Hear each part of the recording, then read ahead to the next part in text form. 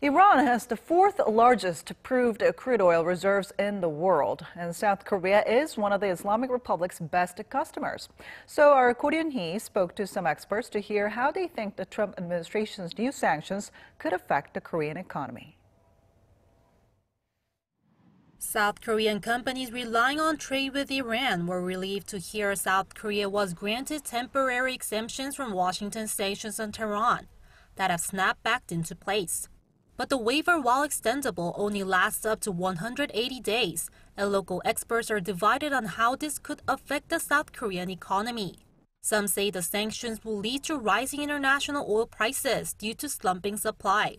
For instance, Goldman Sachs estimates that Iranian crude exports will fall to 1.15 million barrels a day by the end of the year, down from 2.5 million barrels in mid-2018. High international oil prices are not only likely to negatively affect local firms' overall business sentiment, but also raise producer and consumer prices. The problem is especially serious for South Korea because the nation's crude oil imports rely heavily on Iran.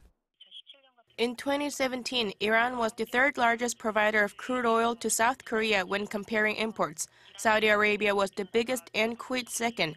U.S. sanctions on Iran might lead to energy supply problems in South Korea. Others say the economic impact will be limited because there are other ways to overcome supply shortages. Other oil-producing countries such as Saudi Arabia or Iraq are likely to increase production. They can boost their exports and make up for any shortages from Iran. The first round of U.S. sanctions on Tehran in August negatively affected South Korea's overall trade with Iran. According to a report released by the Korea International Trade Association in September, South Korea's exports to Iran marked $140 million in August, down more than 40% compared to the previous month.